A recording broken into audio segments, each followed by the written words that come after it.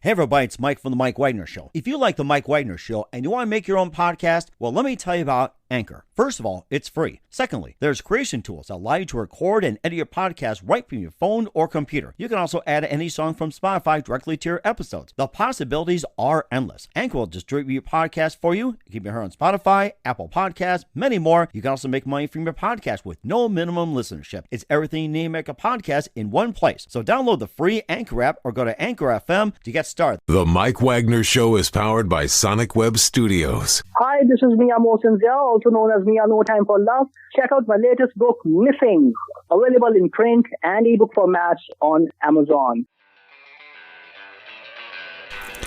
It's now time for the Mike Wagner Show, powered by Sonic Web Studios. Visit online at sonicwebstudios.com for all your needs. The Mike Wagner Show can be heard on Spreaker, Spotify, iHeartRadio, YouTube, iTunes, Anchor FM, Radio Public, and the MikeWagnerShow.com. Mike brings you great guests and interesting people from all across the globe. So sit back, relax, and enjoy another great episode of the Mike Wagner Show.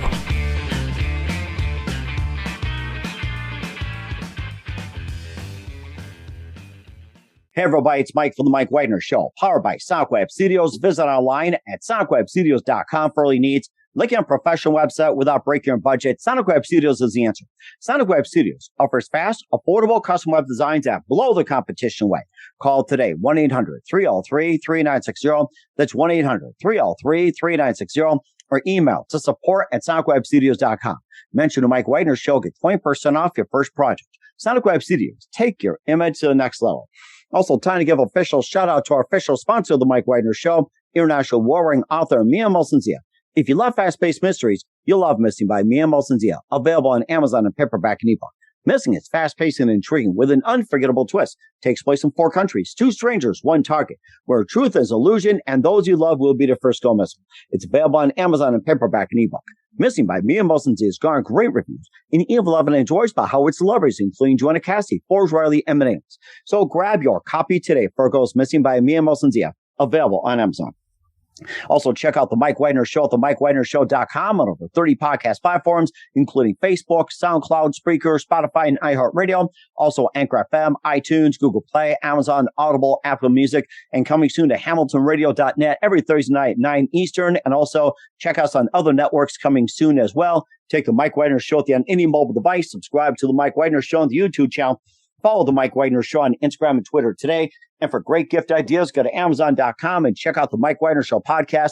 T-shirts, pop sockets, throw pillows, tote bags, hoodies. Makes great gifts 24/7. Amazon.com. Check out the Mike Wagner Show podcast. And for more great gift ideas, go to Amazon.com/Mia Mosensia for great books like Missing, Once, and Wrinkles. Also cool merchandise like T-shirts, pop sockets, hoodies, phone cases, and more. Amazon.com/Mia Mosensia. Check it out today. Also support the Mike Wagner Show on Anchor FM. PayPal, themikewagnershow.com. You can buy me a coffee at buymeacoffee.com at the Mike Wagner Show, and make sure you do so today.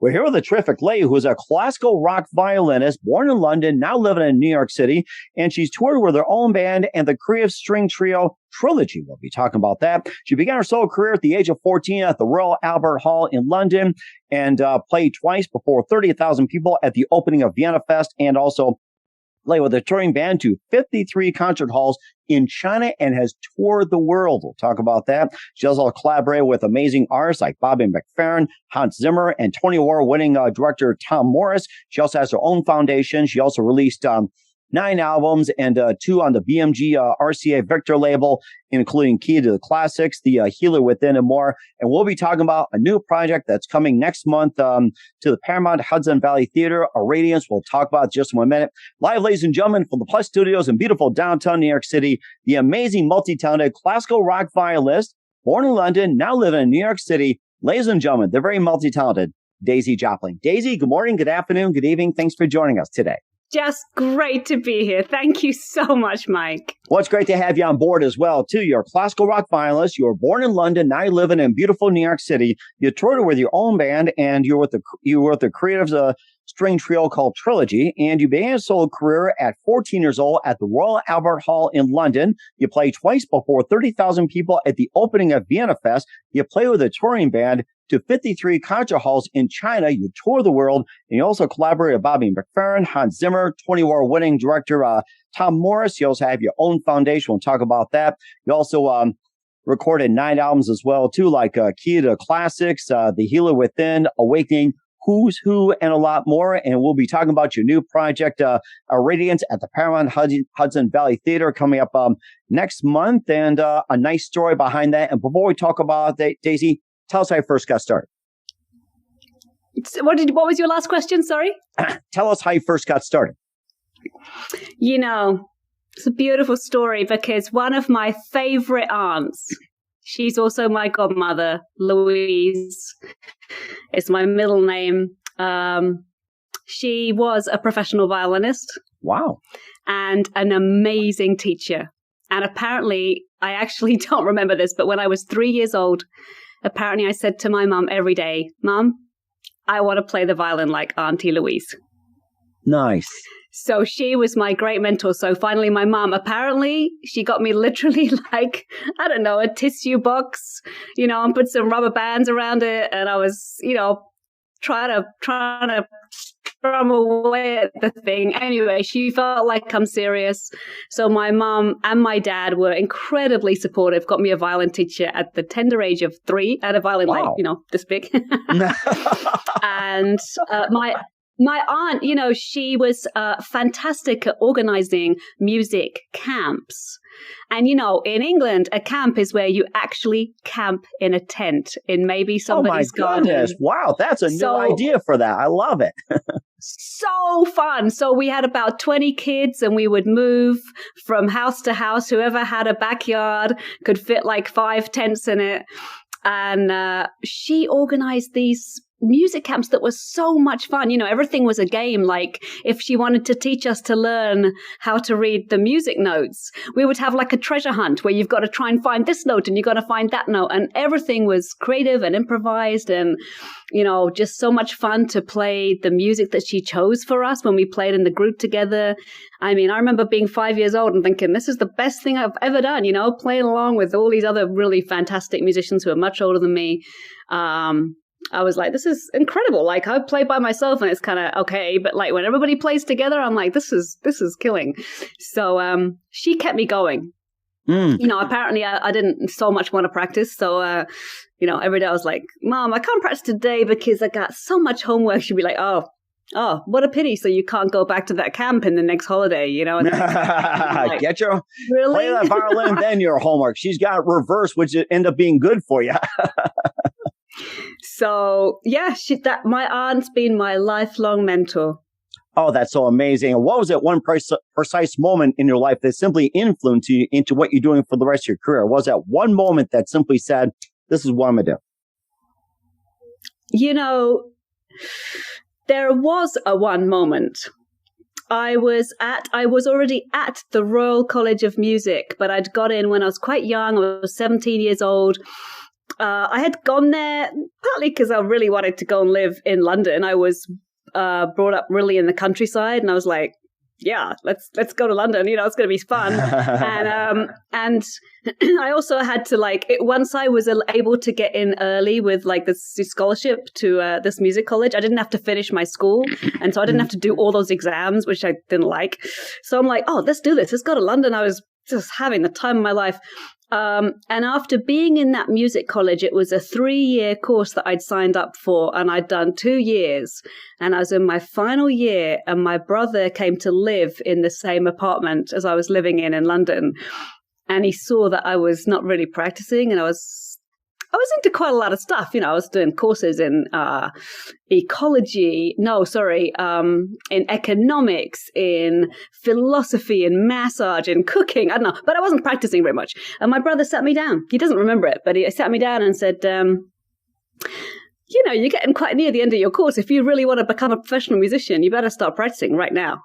And if you don't, you better start doing something else, you know, seriously. And I was like, maybe he's right.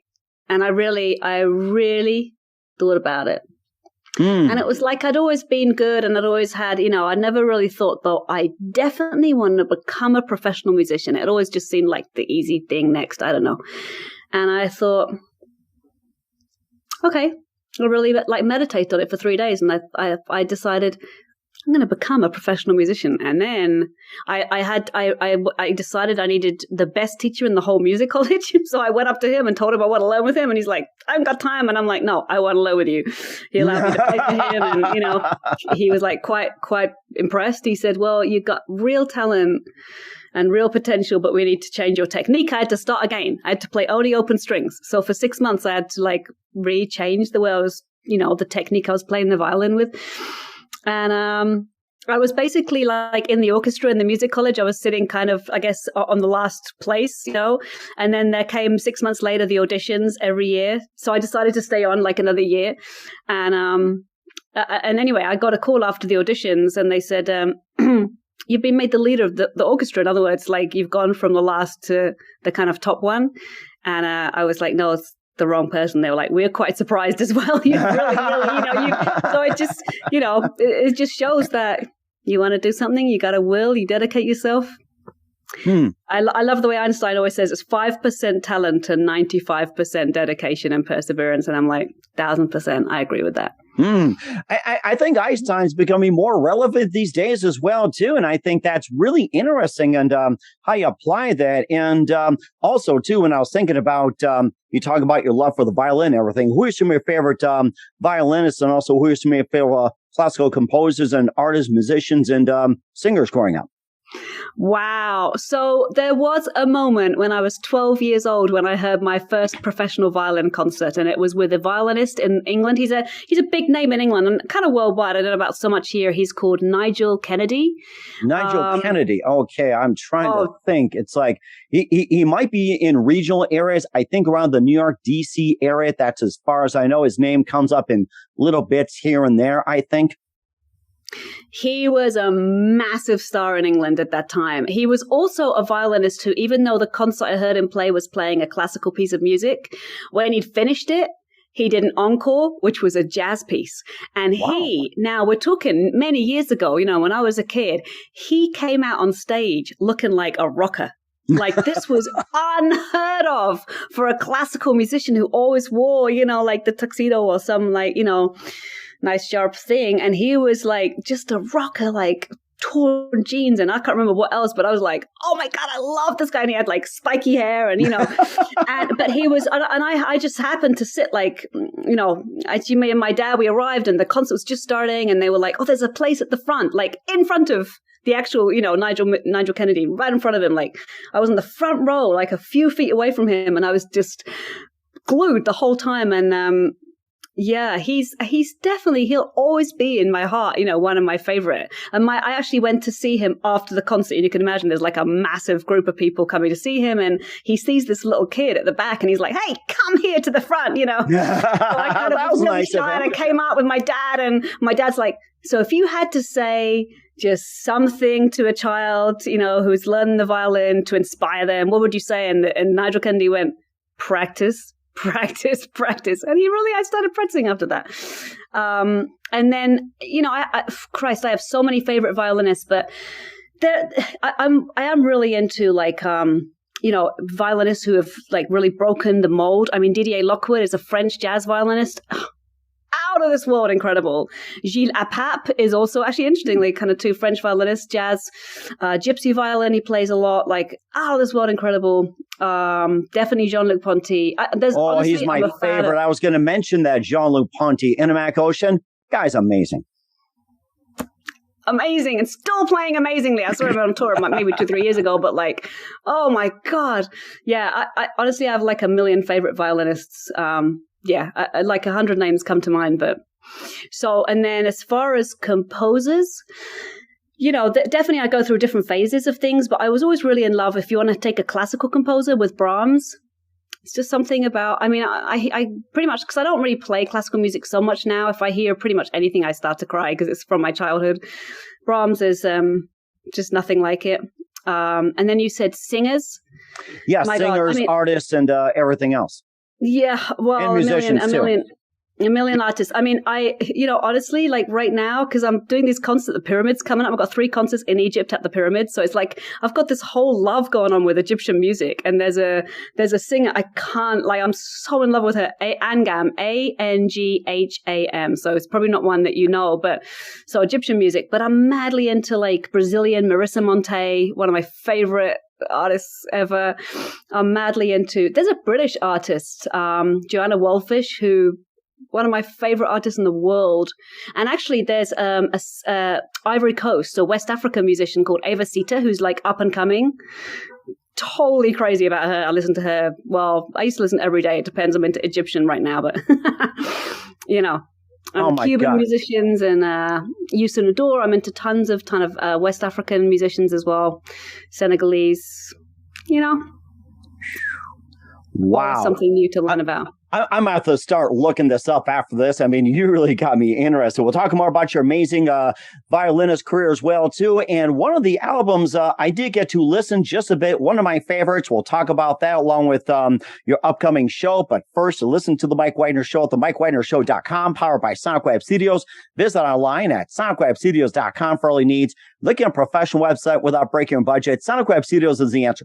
Sonic Web Studios offers fast, affordable custom web designs that blow the competition away. Call today, 1-800-303-3960. That's 1-800-303-3960. Or email to support@sonicwebstudios.com. Mention the Mike Wagner Show. Get 20% off your first project. Sonic Web Studios. Take your image to the next level.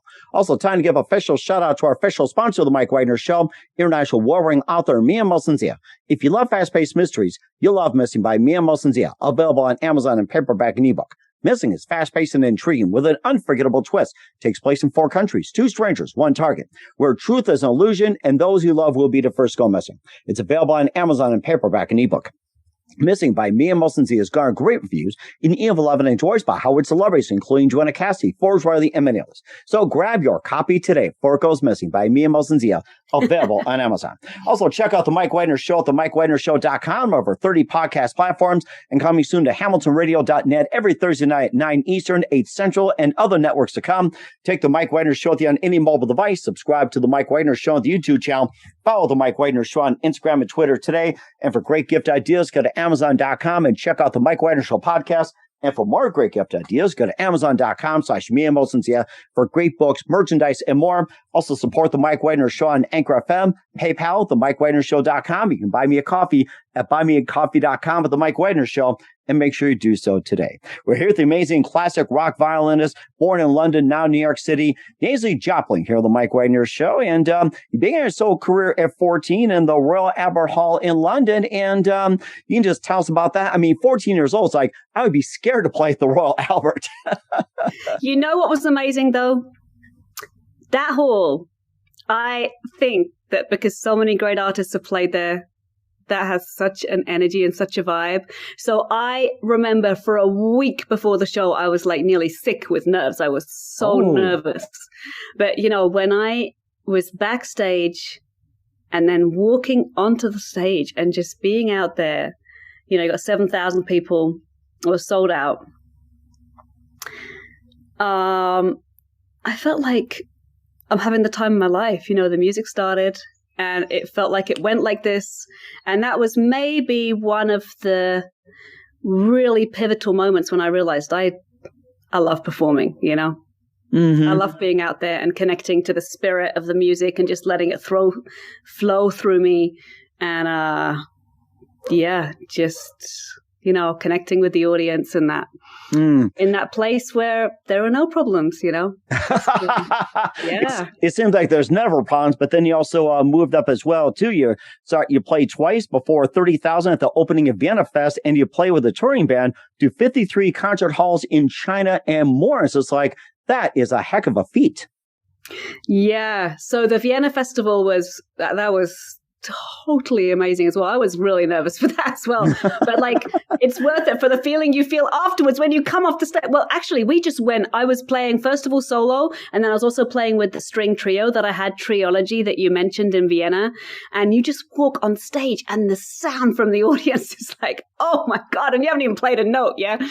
But anyway, so I really enjoyed that. And I remember afterwards just feeling so high. And then so I did this group with Trilogy. We were signed to BMG, and we actually lived in Vienna, Austria for 13 years. Wow. And created our own music and did tons of touring around the world. And then started getting a lot of work in New York City. And I actually live north of New York City now. I live in Westchester. It's a beautiful day. I'm in the countryside. I got the woods and the river all around me. It's gorgeous. But yeah, then I started my own band.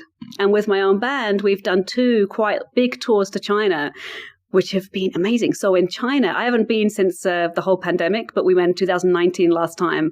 And we played in 30 different cities, like each one's, 5 to 20 million people big kind of thing. And they're all building these absolutely state-of-the-art concert halls with acoustics like Carnegie Hall. I mean, amazing acoustics. And yet they also have like great lighting facilities. They're big theaters. I mean, they're amazing. Each one looks on the outside like some kind of crazy spaceship, but they sound great. And like the audience was, oh God, they just love the violin. So it was such a fantastic experience touring there. And I really want to go back. So.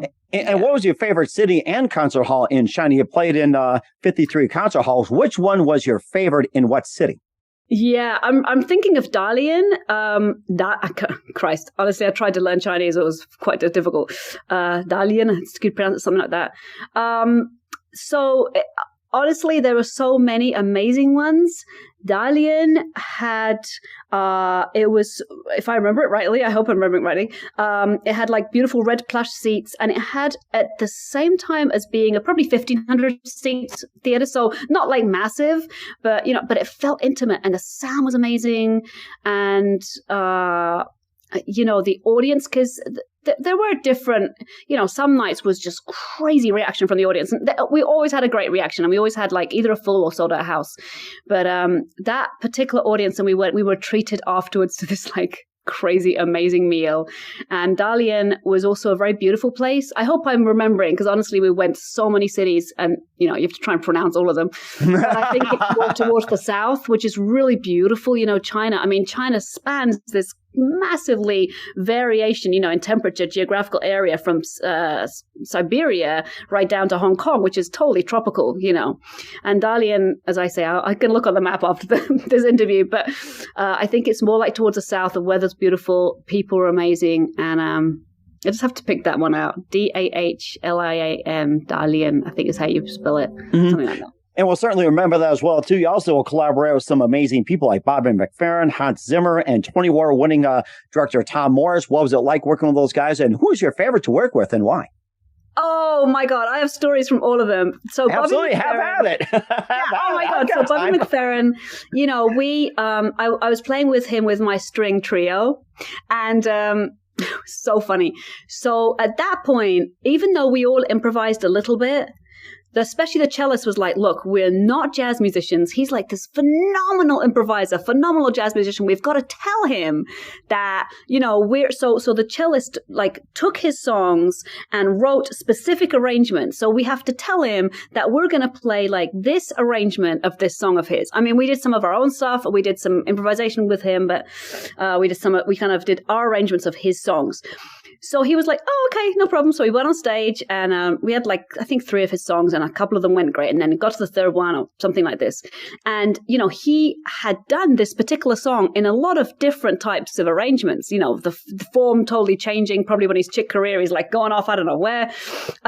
So he started going off in this whole other part of the song, which we didn't have in our charts. This whole other part. And we're playing sold out house, big festival TV, it was maybe like 1,500 people, not like maybe a couple thousand. It wasn't like a massive place, but it was like, big thing for us in this big festival. And at that moment, I was like, oh my God, what am I going to do? It was the kind of feeling where I just need a hole in the stage. I need to disappear right now. Like, what am I going to do? He's singing this part. My chart says this. I don't know what to do. I'm looking at Alexei and the other guys, Alexei and Tristan, and we're all like, oh my God. And he, all this happens within a split second. And then, of course, he immediately realizes we're playing on this other place. And he turns around to us, and he thinks it's so funny that he gets the giggles on stage, and we have to wait for him to stop laughing. And then he's like, let's go from here to the end. And I always was like, Christ, the same thing happened to him and happened to me. I'm thinking I want to pretty much be like, die, have a hole in the floor and disappear. He's thinking it's hilarious. And it just shows me, that everything is a matter of perspective. And if you're an audience member and you're watching a performer, I mean, we're real, right? We're human. We make mistakes. And they think it's funny. Guess what? You're probably going to think it's funny as well. Mm-hmm. And it just was like, I haven't been able to do it, but I was like, I got to take that attitude and pretty much laugh at all the things in my life that might seem like tragedy, because probably they're fine. I mean, I'm not talking about things like, maybe somebody dying or something. I'm just talking about those things where we really beat ourselves up because we think we've made a big mistake.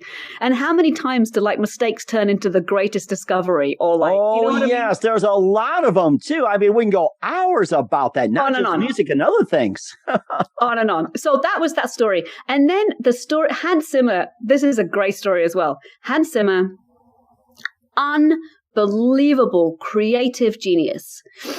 Now, when I first met him though, and I'm like opening up to kind of like, stuff which I have to admit about myself, I'm coming from Vienna, Austria, from a school of everything's about the craft. Everything, is about the way that you, use your knowledge of the rules of harmony. It's about the skill of writing music. Mm.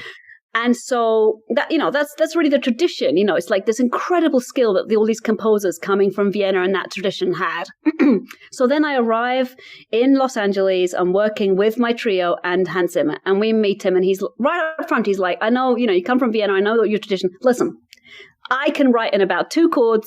I can't really play the piano. This is about as much as I can do. I just write in a couple of keys. And, I got my composers and they do all the stuff. And he was, minimizing himself. But when I really started to hear what he did, I thought, God. And I was kind of like judgmental, about him. Mm-hmm. And, I knew he's amazing, but I found the whole thing was such a different world for me. And I did not really get it, the whole way he was doing everything. I appreciated it. And I was really grateful and honored to be there and doing this whole thing. And the experience was kind of incredible, but I was judgmental about it. And then guess what? Now I'm living in the US. I'm living, north of New York City, but in New York. And I have pretty much exactly what Hans Zimmer has. I'll write like the basic idea for a piece. I've got these amazing orchestrators. I've tried to learn it and I really can't learn. I'm not good at it. And I know people who are amazing at it. So I have to laugh at my own judgment of this, incredible genius, amazing composer, creative genius, and say, no, I'm not saying I'm as, brilliant as him, but I'm saying that all the things I kind of was judgmental about, that's exactly, I'm doing those things right now. So careful about how you criticize somebody else, because, you might end up doing it yourself. And of course, it expands your world as well, too, and it kind of breaks your mold as well, too. With you being in New York City, you also worked with Tony Award-winning director Tom Morris as well, too. I'm sure you had a good story about that, speaking of Broadway. Yeah, Tom Morris, yes, Tony Award-winning, but he's actually British, and he's a stunning director in London, who has worked here in New York as well, but lives in London and Bristol. Actually, I think he's just moved to London now. Anyway, basically lived in London, and so I did this whole project with him, with Triology in London, where we were trying to see how, because when a musician plays, and I'm very, people talk about it looks like the violin is part of me. So all I'm doing is letting the music express me. Like I'm unaware of what's happening as far as like, if I'm jumping around, but I jump around. Like I'm pretty expressive when I play. I don't know it, but I am. Because everybody tells me, and I can obviously see the videos. So Tom had this idea to see whether he could create a show where those, actual movement, those gestures could be turned into something more theatrical than just musicians connecting with each other through and because of the music. Mm-hmm. And we we really created this kind of amazing show and tried out a lot of things. But I'm trying to think. I was thinking, was there a story that, I think the funniest story is that we were rehearsing together in a family home of mine. My dad was in love with Ireland, so we're in Ireland, and we're kind of by a beach in Ireland, and we're like rehearsing there. We have like a 2-week kind of workshop there where and my trio and the director Tom are staying there together, like rehearsing every day and kind of workshopping this idea. And at one point, there's this, I think he's a guy he knows us anyway somehow. And he's from I don't know. He somehow knows we're staying there, and he comes around and tells us there's a busking competition, like a street musician competition in busking, the village. Yeah, I love that type. Busking, singing, busking, playing, busking this. It's like, it's my favorite. Yeah, so he's like, there's a competition in the nearby town. It's like a 10-minute drive away. Why don't you go and play some of your music in the competition? And we're like, let's do it. So we take our instruments. We've got 2 violins and a cello, and we're going down to this Irish town. There's all these other buskers who are all playing, Irish instruments, whatever they're, doing the Irish thing. And then there's us. But we know a few Irish tunes, so we play a few Irish tunes. And anyway, so we have a good time. We're playing outside, and it's nice weather, and we're having a nice break from all our rehearsing and everything, and we have a good time. Anyway, and then they get to the point where they're announcing the results. And it's called the Guinness International Kilorglin, which is the name of the town, busking competition, right? Really? So then, and there's this big platform in the middle of the town, and they go up on the stage at the top of this big platform, a high erected kind of platform, and this mayor of the town, whatever, goes upstairs, and announces that Triology has won the Guinness International Kilorglin busking competition. We're like, what? And then the prize was something like a whole case of Guinness. And I don't know if we got any money, but we got a lot of Guinness, I think.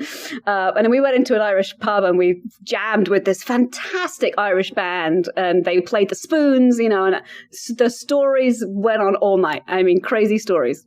Hilarious stories that I'll never forget. I mean, Irish. Oh my God. Oh, I'm ready to have a Guinness with you after this. It makes me want one right now. I think I need a sip of my tea. That's true. I need a drink. Oh, there you go. Yeah, and I have a little something with you too, so we'll do that. And and of course, talking music as well too. You also put out some your releases like Key to the Classics, The Healer Within, Awakening, Bellissima. You also recorded 9 albums and more. And my favorite was, I got to listen before the show, was Who's Who. And I really like those. And tell us more about some of the albums and just overall what inspired you. Wow. So every album, of course, is inspired by whatever I'm into at that time. And Who's Who, this is a great story because I was brought up outside London. My parents just had this idea that really the best music for developing a child's brain is Western classical music, is classical music. And they didn't really think that pop music was that good or rock music. So I didn't hear, there was no internet back then. I didn't hear any other music. I did not know about the band The Who, and I'm in England. Mm-hmm. I mean, I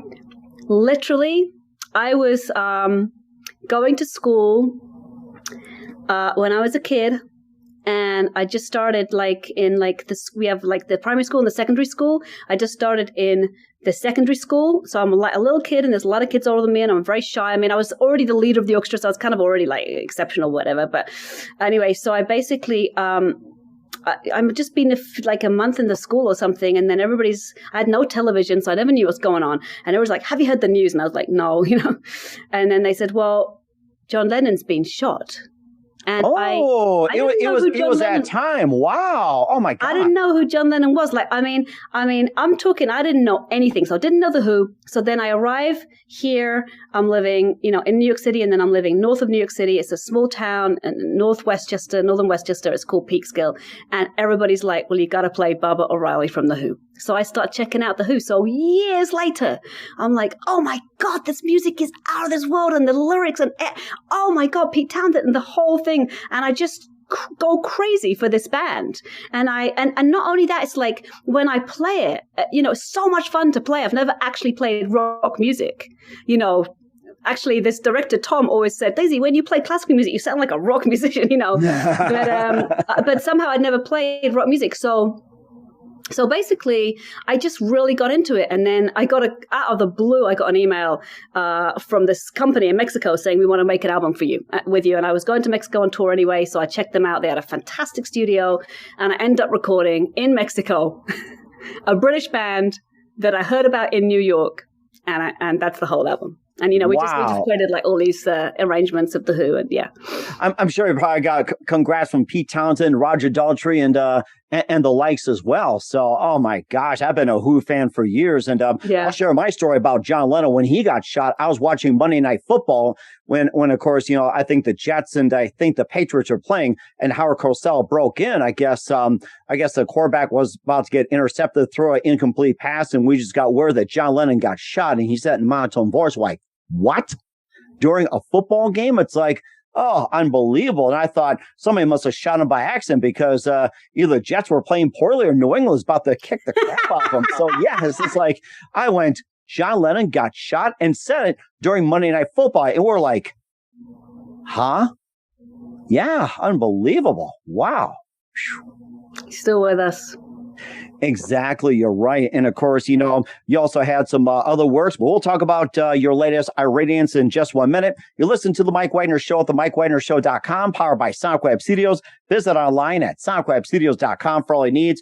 Also brought to you by our official sponsor of The Mike Wagner Show, international award-winning author Mia Molson-Zia of Missing, available on Amazon in paperback and ebook. We'll be back with the multi-talented classical rock violinist Daisy Jopling after this time out. The Mike Wagner Show is powered by Sonic Web Studios. If you're looking to start or upgrade your online presence, visit www.sonicwebstudios.com for all of your online needs. Call 1-800-303-3960 or visit us online at www.sonicwebstudios.com to get started today. Mention The Mike Wagner Show and get 20% off your project. Sonic Web Studios. Take your image to the next level. Hey everybody, my name is Forbes Riley, and I'm an American actress and a TV host. And I was delighted when I got my copy of Missing, which is Extraordinary Relation of Ordinary People based on a real life relationship. It's well written. It's amazing. It talks about a man who has lost his wife and his daughter, and it's very well done. I'm going to highly recommend that you go get your copy of Missing. It is a powerful, exciting read. Mr. Mia Molson-Zia. He is the author of Missing. And I want to give a big shout out and a kiss all the way halfway around the world to my dear friend. Check him out at Mia's website. It's called www.miamotionzea.com. Missing, available on Amazon. Again, I'm Forbes Riley, and I will see you again soon. Bye-bye. Hey, this is Ray Powers, and boy, are you in luck. Right place, right time. Tuned in to The Mike Wagner Show. You heard me. We're back with classical rock violinist, the amazingly multi-talented Daisy Jopling here on The Mike Wagner Show, and talked about your amazing career, how you got started, some of the releases you had, working with some great artists. And you also got a brand new project that's in the works that's taking place next month in May, Irradiance at the Paramount Hudson Valley Theater, inspired by the sacred tunes of the Great Pyramids of Egypt. And tell us about Irradiance, and we'd love to hear about it. Yeah, so it's May 22nd. For any of you who are in the New York area, it's going to be an incredible show. May 22nd, which is a Sunday at 3 p.m. And so since I've moved actually just north of New York City, I've been living 11 years now in Peekskill. Wow. Which is a very artsy kind of town. And, but there was no strings program here when I came. So I was asked by some local, parents really, can you start a program where our children can learn the violin? And that's how my Music Mentorship Foundation started. So now 11 years later, we've literally, we do three things. We send artists into schools to give performances. So kids, get to hear amazing artists that they'd never normally hear. We have free after-school programs. We have free online workshops or free, in-person workshops in creative songwriting and in beatboxing, different things. And we have a mentorship program where we have children who come and work with our professional mentors and perform with us. And we've actually served over 8,000 children in like that whole time, including all the concerts we've given to kids for free, including free tickets we've given to kids. So anyway, so this concert is going to be, they call it a side-by-side orchestra. So half the orchestra is a professional. It's from the local, amazing, highly professional orchestra 914, it's called. And those musician mentors are going to mentor students who come from all of the surrounding area. So a lot of the music it's really eclectic. It's, from reggae to jazz to funk to, I guess you'd say kind of African drumming, nearly like pop classical. There's a lot. Well, we do a Vivaldi with a reggae beat. Oh my gosh. Wow. That's a lot of fun. And yeah, so one of the pieces, so I have, had this whole thing with the pyramids recently. It was literally, I never thought of it. It was some of my team members, my lighting designer and a costume designer were like, Daisy, let's do something at the pyramids. And at the beginning, I was like, how the hell are we going to do that? But actually, I decided to go there. And I met an amazing producer out there. Now we're doing 3 concerts at the pyramids. Wow. I'll announce the dates when they're definitely fixed, but please keep an eye on my social media, Daisy Jopling, through all the social media, and my website, daisyjopling.com.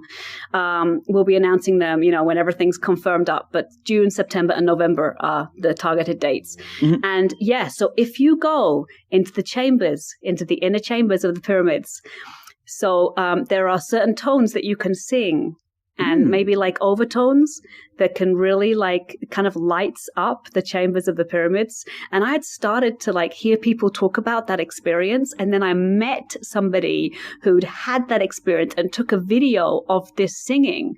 And so I've taken these kind of tones, which are just simple overtones, and we're going to create with children's choirs around the audience. We're going to create some magic in the show. I don't want to give away too much, but I love to like in some kind of level, we know everything is energy, but also in some level, people talk about the energy being literally like frequencies, like sound resonances, like everything vibrates at a certain frequency. So I have spent a lot of time at the pyramids recently, and I'm going there soon, and I'm just bringing this beautiful frequency. It's interesting to talk about frequency. I've interviewed some guests on the show where they talk about frequency. What frequency were they talking about? Are you talking about the 432, or what frequency is that? So the videos, I know exactly what you're talking about. I've heard about that. I have amazing friend, Angelo Cherry, actually. He's going to have an album coming out soon. Violinist, check him out, Angelo Cherry. He plays always at 432. I noticed on these recordings that actually they were any tones, but they were just in certain, I felt like the way they were singing them, they were invoking, it wasn't exactly overtone singing, but it was kind of like that. They were invoking a lot of the overtones. And the notes they were singing were like G and, kind of normal notes. And I haven't checked like they were G, but was it like a low G? I'll check that out. Yes. That could be interesting, actually. Mm-hmm. Yeah, I know you mentioned about frequency, and it just maybe came to mind the 432 and everything else as well, too. So where can we find Irradiance at and all your other works? So daisyjopling.com, daisyjoplingBand.com, it both goes to the same place. Irradiance is happening. All the information's on my website and in all my social media. Please just follow me on social, Facebook, Twitter, Instagram, TikTok, the whole thing. Whatever you're into, I'm probably going to, have something there. And yeah, the show's at the Paramount Hudson Valley Theater, which is in Peekskill, New York. And everything is like, giving these students this amazing opportunity. The concerts we play are like, people are like, that's the best concert I've ever heard. I mean, these are highly professional concerts, but they involve students. And we have a month mentorship for the students. And we have our free after school strings program children. They're going to perform. So it's an amazing mentorship concert, but it is going to be of the highest level and hopefully one of the best concerts you've ever been to. And what about your foundation? How can people find out more about the foundation you also talked about as well? Daisy Jopling Foundation.org. So Daisy Jopling is Daisy Jopling Foundation.org. We certainly will do so. Once again, we're with classical rock violinist Daisy Jopling here on the Mike Wagner Show. Daisy's just a few more minutes here. You've been totally amazing. What else can we expect from you in 2022 and beyond, Daisy? I am going to spend a few months in Cairo. I'm going to make a lot of videos there in Egypt, actually Alexandria and different places around Egypt. We're going to be releasing quite a lot of new music, one song a month this year, and making a totally new album next year. And I would just say, please stay connected to everything we're doing. I've got the most amazing band in the world. You know, we're going to tour again in China and Mexico and different places. And we're looking to build up our fan base so we can really tour in the US as well. We certainly are looking forward to it, Daisy. And you got amazing stuff out there. And who do you consider your biggest influence in your career? God, I feel like saying, you know, Nigel Kennedy comes to mind because he was the first violinist that I knew about who really did break the classical mold, which I was also doing. But yeah, it's difficult to say. I mean, Gilberto Gil, so many musicians, and I'm always exploring totally new music. Like I said, I'm totally into Arabic music right now. So I'll just be whatever phase I'm in, that music is influencing me, you know? And certainly do so as well, too. And what's the best advice you can give to anybody at this point? Whoever you are is perfect, you know? And just follow every minute, every day, your inspiration. I do believe on a really spiritual level, the future of the human race depends on every single one of us. I don't think there's some determination out there. I think it's up to us. And I think it's up to us living our greatest dreams and living our inspiration and giving ourselves the joy of what we love doing the most. And when we do that, and you're certainly doing a great job, Daisy. You're just amazing. Once again, classical rock violinist Daisy Jopling here on the Mike Wagner Show. Daisy, a very big thank you for your time. You've been absolutely brilliant. Looking forward to having you again soon. Make sure you keep us up to date. Keep in touch. We'd love to have you back. And once again, tell us about your upcoming projects. What's your website? How do people contact you? Where can people purchase, check out your music, or check out Irradiance and the latest? Absolutely. Mike, thank you so much for having me as well. And thank you all for listening. And yeah, DaisyJopling.com, Daisy Jopling on all social media. May 22nd, 3 p.m., Paramount Hudson Valley Theatre is Irradiance. And July 9th, we have another show in New York City at the Chelsea Table and Stage, which is an awesome, just opened up new, spanking new, beautiful venue. So check that out, July 9th, Chelsea Table and Stage. Tickets just went on sale for that. And just look forward to seeing you. We'll have films of all the concerts at the Pyramids. So check out these beautiful videos we're going to make. We certainly will do so. Once again, Daisy, a very big thank you for your time. You've been absolutely brilliant. Looking forward to having you again soon. Make sure you keep us up to date. Keep in touch. We'll have you back. We wish you all the best. You've got a great future ahead of you. Thank you, Mike. The Mike Wagner Show is powered by Sonic Web Studios. If you're looking to start or upgrade your online presence, visit www.sonicwebstudios.com for all of your online needs. Call 1-800-303-3960 or visit us online at www.sonicwebstudios.com to get started today. Mention the Mike Wagner Show and get 20% off your project. Sonic Web Studios. Take your image to the next level. Hey everybody, my name is Forbes Riley and I'm an American actress and a TV host, and I was delighted when I got my copy of Missing, which is Extraordinary Relation of Ordinary People based on a real life relationship. It's well written. It's amazing. You know, it talks about a man who has lost his wife and his daughter, and it's very well done. I'm going to highly recommend that you go get your copy of Missing. It is a powerful, exciting read. Mr. Mian Moshe Zia. He is the author of Missing. And I want to give a big shout out and a kiss all the way halfway around the world to my dear friend. Check him out at Mia's website. It's called www.miamoshenzea.com. Missing, available on Amazon. Again, I'm Forbes Riley, and I will see you again soon. Bye-bye. Thanks for listening to the Mike Wagner Show, powered by Sonic Web Studios. Visit online at sonicwebstudios.com for all your needs. The Mike Wagner Show can be heard on Spreaker, Spotify, iHeartRadio, iTunes, YouTube, Anchor FM, Radio Public, and themikewagnershow.com. Please support our program with your donations at themikewagnershow.com.